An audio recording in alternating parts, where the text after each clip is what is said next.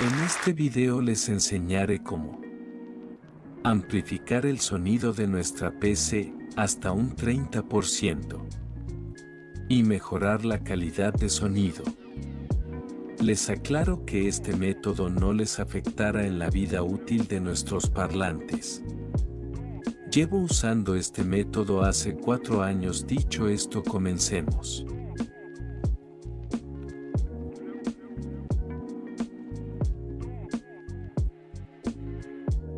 En los comentarios del video les dejo el link de descarga, solo pesa 4 megas.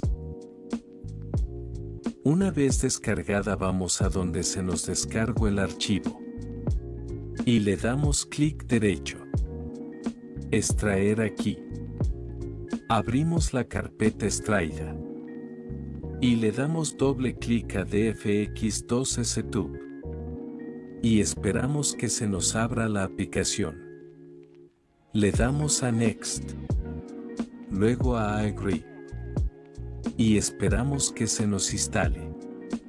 Una vez instalada, se nos hacer es darle clic derecho sobre la aplicación que estará en la parte inferior de nuestra pantalla y darle Exit. Luego vamos a donde extraímos la carpeta.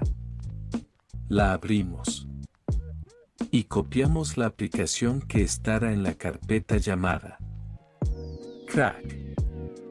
Vamos a nuestro escritorio. Le damos clic derecho sobre el icono llamado DFX. Abrir ubicación del archivo. Y pegamos la aplicación copiada anteriormente.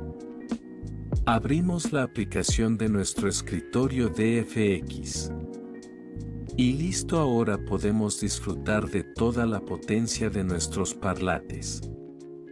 Si quieren modificar el sonidos como los bajos y todo eso desde la misma aplicación, lo pueden hacer. Si tienen alguna duda, déjenla saber en los comentarios. Gracias por ver el video.